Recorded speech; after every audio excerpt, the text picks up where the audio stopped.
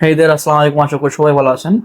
তো আজকে 90 দিন চ্যালেঞ্জের ডে 5। তো ডে 5-এ আমাকে এক ভাই জিজ্ঞেস করলো যে ভাই, আপনি তো এআই দিয়ে ভিডিও তৈরি করতে পারেন এবং এআই দিয়ে আপনি দেখলাম যে সার্ভিসও দিচ্ছেন, তাহলে কেন আপনি নিজে ভিডিও মানে তৈরি করতেছেন এবং আপনি যে 90 দিন চ্যালেঞ্জ নিলেন। এখন বিষয় হলো যে 90 দিন চ্যালেঞ্জ নেওয়া এমন হচ্ছে 90টা দিন আমি যেন ধারাবাহিকভাবে আমার ভিডিওগুলো তৈরি করতে পারি, নিজের সামনে এসে কথা বলতে। এই যে আমি কথা বলতেছি ফ্লুয়েন্টলি, মাঝখানে আপনার বাজতেছে না, জড়তা আপনার কাটতেছে।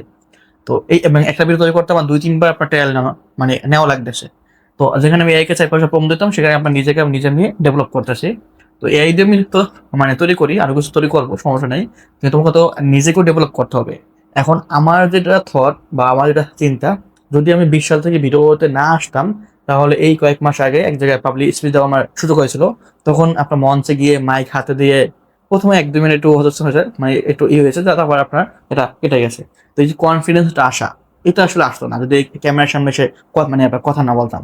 এখন অনেকে দেখবেন যে ক্যামেরার সামনে আসতে পারে না, বাট এআই দিয়ে অনেক ভালো ভিডিও তৈরি করতে পারে। এখন সে যদি এটা কন্টিনিউয়াসলি করে যায়, এটা ভালো।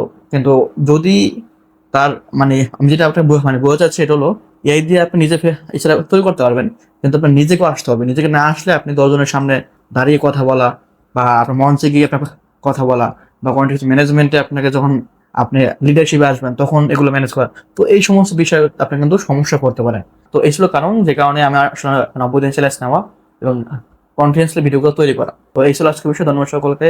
আসসালামু আলাইকুম।